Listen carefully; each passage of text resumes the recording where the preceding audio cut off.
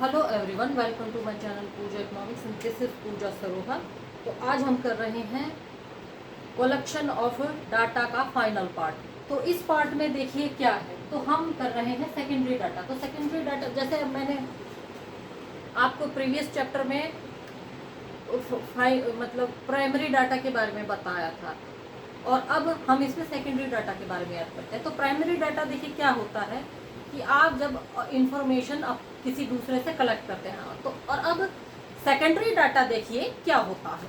तो secondary data वो data होता है कि जो पहले हम दूसरों से इंफॉर्मेशन कलेक्ट करते हैं, और सेकेंडरी जब हम अपनी तरफ से रिसर्च करते हैं वो हमारा सेकेंडरी डाटा कहलाता है। तो अब ये भी दो टाइप का होता है, एक तो पब्लिश और एक अनपब्लिश।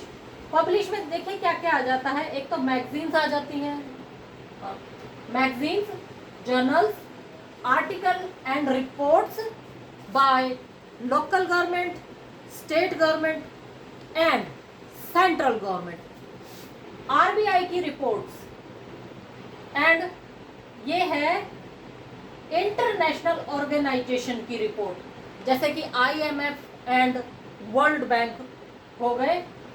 इन सब की रिपोर्ट्स जो है वो पब्लिश डाटा में के अंदर आ जाती है। अब अनपब्लिश डाटा देखिए कौन कौन सा होता है। एक तो जो है internal report by private companies, और कुछ ऐसे डॉक्यूमेंट जो बाहर नहीं दिखाए जा सकते वो अब और मतलब जो बाहर नहीं दिखाए गए, सीधी सी बात है, और जो मतलब internal report by A private companies. And second one is research and thesis of students and educational staff.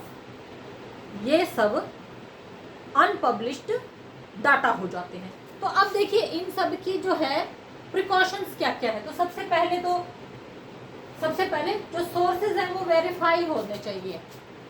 किसी भी सेकेंडरी डाटा को पब्लिश करने के लिए सोर्सेज वेरीफाई होनी चाहिए।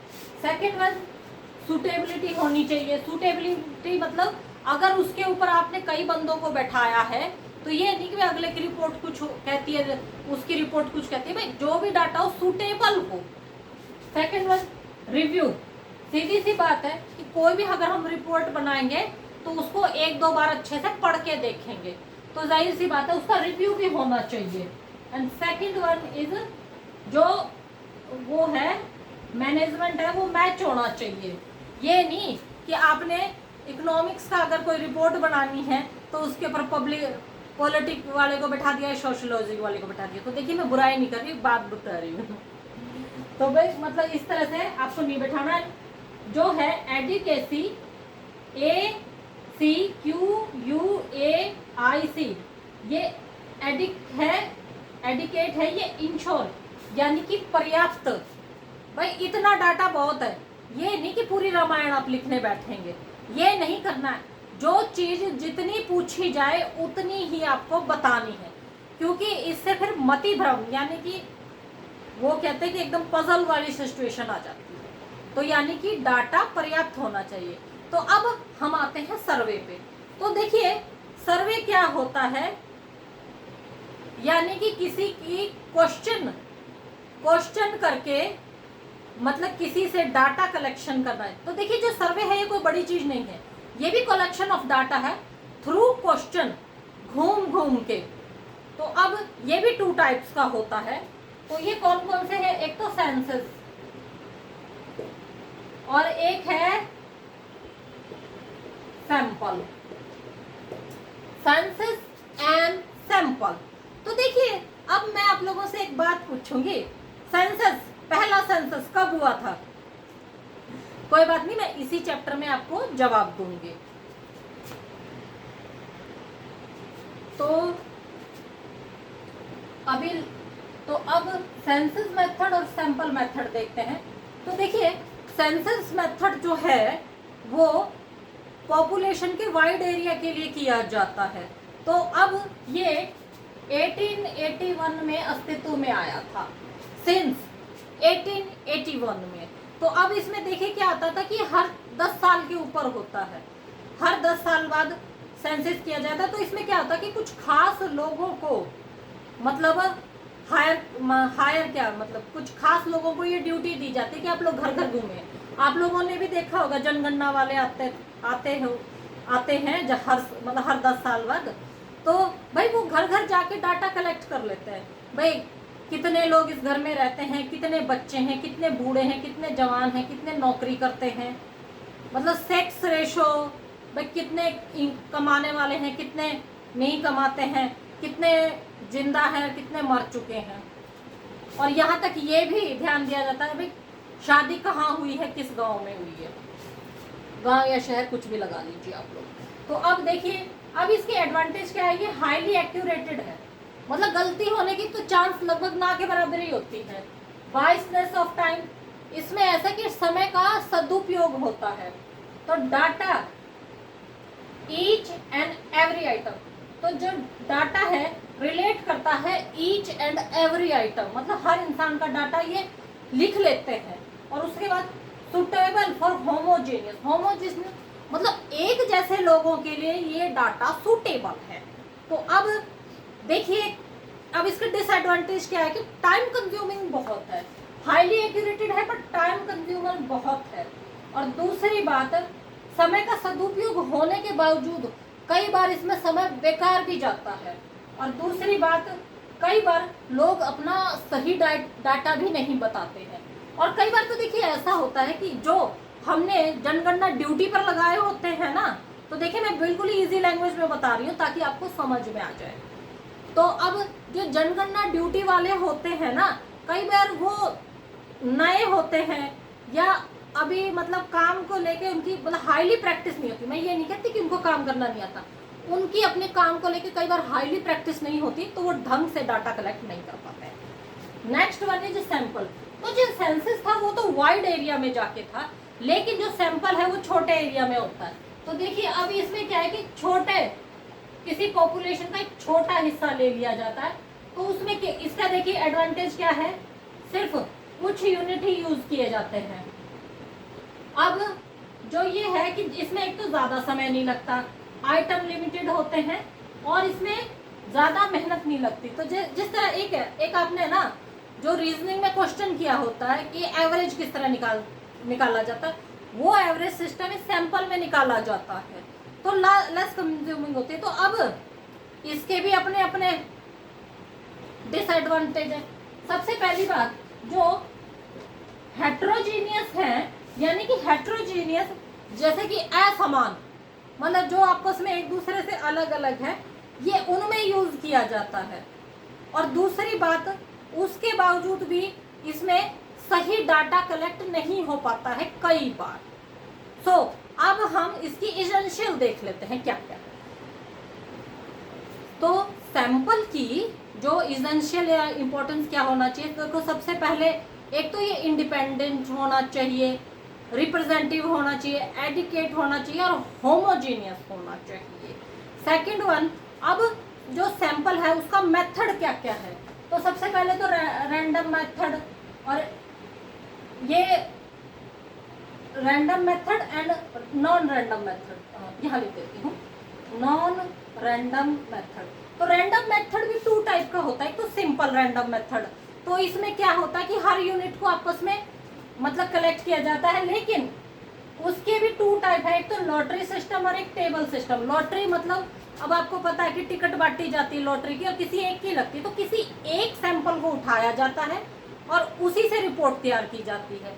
और ये जो टेबल वाला सिस्टम है कि हर तरह का रैंडम ले लेते हैं और टेबल पे जिस तरह चिट डाल ली जाती है ना, तो चिट में से ये सैंपल उठा लिया जाता है। तो अब रिस्ट्रिक्टेड में पूरी सख्ती से काम किया जाता है। तो इसमें क्या होता है, सिर्फ मेल को ही नहीं, फीमेल को भी, भाई उन्होंने कितनी एजुकेशन ली, किस उम्र में शादी की, वगैरह वगैरह, ये कलेक्ट किया जाता है। और सिस्टेमेटिक, तो इसमें क्या होता है कि हर ग्रुप को उठाया जाता है, उसके सब डिवाइड किए जाते हैं और उसमें से सैंपल उठाया जाता है। जैसे क्लस्टर, तो ये भी सेम वही ही है, मतलब क्लस्टर सैंपल को लिया जाता है और उसके अंदर डिवाइड किए जाते हैं, उनके सब डिवाइड किए जाते हैं, ये मतलब पूरा लेंथी सिस्टम हो गया। और मल्टी स्टेज में मतलब कुछ खास जो है सैंपल को उठाया जाता है या लिया जाता है, बात एक ही है। तो अब ये हो गया हमारे जो रैंडम है। अब नॉन रैंडम में देखिए कोई भी यूनिट नहीं उठाई जाती, जो इन्वेस्टिगेटर होते हैं उनकी अपनी मतलब विचार या थ्योरीज वो ली जाती है। तो इसमें सबसे पहले तो जजमेंट, भाई जो वो बताते हैं उसी को जजमेंट दिया जाता है। कोटा, भाई सब कैटेगरी डिवाइड की जाती है और उनको कोटा दे दिया जाता है। एंड कन्वेंस, भाई उनके अपने विचारों के द्वारा ही इसको मतलब जो है वो मतलब रिकॉर्ड में दर्ज कर लिया जाता है, भाई हाँ भाई कितने लोग बता रहे हैं।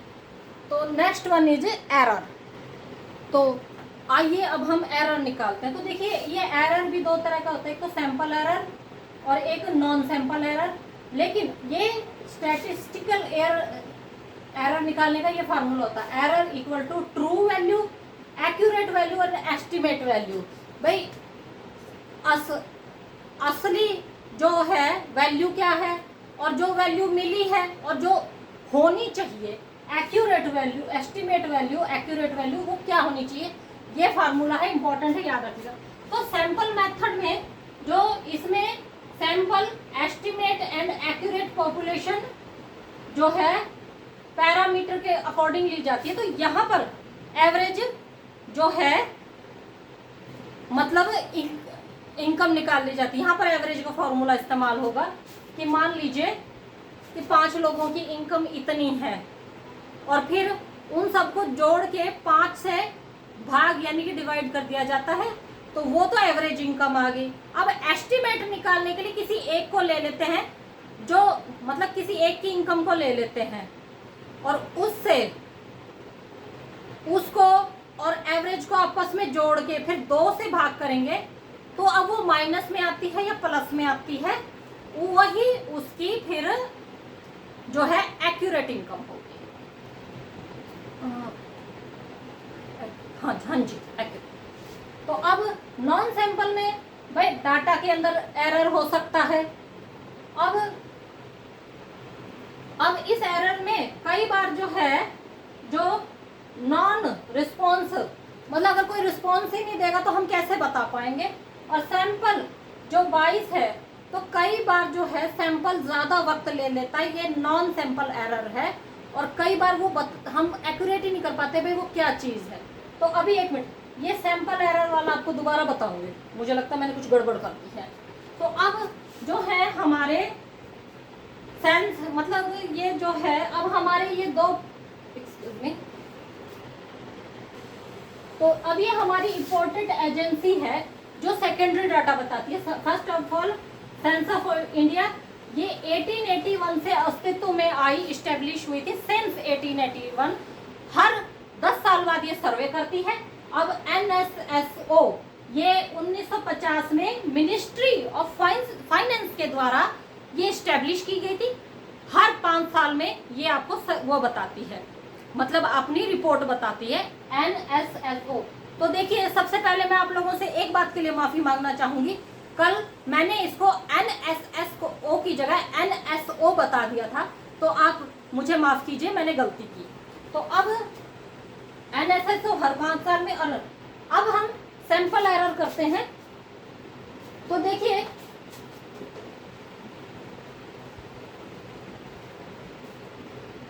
तो सबसे पहले तो हम इनकम एवरेज निकालते हैं। तो इनकम एवरेज के लिए मान लीजिए हमें 5 लोगों की इनकम एवरेज निकालनी है 100 प्लस, तो एस्टिमेट कर लीजिएगा कि 100 रुपये इनकम नहीं होती किसी की। एंड 4 एंड 5, तो ये तो हो गई हमारी ये एवरेज इनकम निकालने के लिए इनको, तो ये हो गई 1500 एंड अप टू 5, तो एवरेज इनकम हो गई ये 300। तो अब सैंपल एवरेज निकालने के लिए किसी एक का ले लेते हैं। मान लीजिए हम इसको ले लेते हैं 100 प्लस 2, तो ये इन दोनों को 2 से डिवाइड करने पर ये 400 आ गया और इसको 2 से डिवाइड करने पर ये 200 आ गया। ये हमारा सैंपल एवरेज हो गया, ये सैंपल एरर के अंदर आ गया। तो हमारा चैप्टर कलेक्शन ऑफ डाटा आज समाप्त हो गया। तो अगर आपको मेरा काम पसंद आता है तो प्लीज़ मेरे चैनल को लाइक कीजिए, शेयर कीजिए, सब्सक्राइब कीजिए। फिर मिलती हूँ आपसे। स्वस्थ रहिए, खुश रहिए, और हाँ, फीडबैक आप ज़रूर दीजिएगा। मुझे अभी तक किसी का भी फीडबैक नहीं मिला है, तो देखिए फीडबैक से मुझे पता चल जाएगा कि हाँ कहाँ मैं कमी कर रही हूँ और कहाँ पर मुझे सुधार करना चाहिए, क्योंकि मैं चाहती हूँ एक बेहतर से बेहतर इकोनॉमिक्स का ज्ञान मैं आप लोगों को दे सकूँ। फिर मिलती हूँ आपसे। स्वस्थ रहिए, खुश रहिए, धन्यवाद।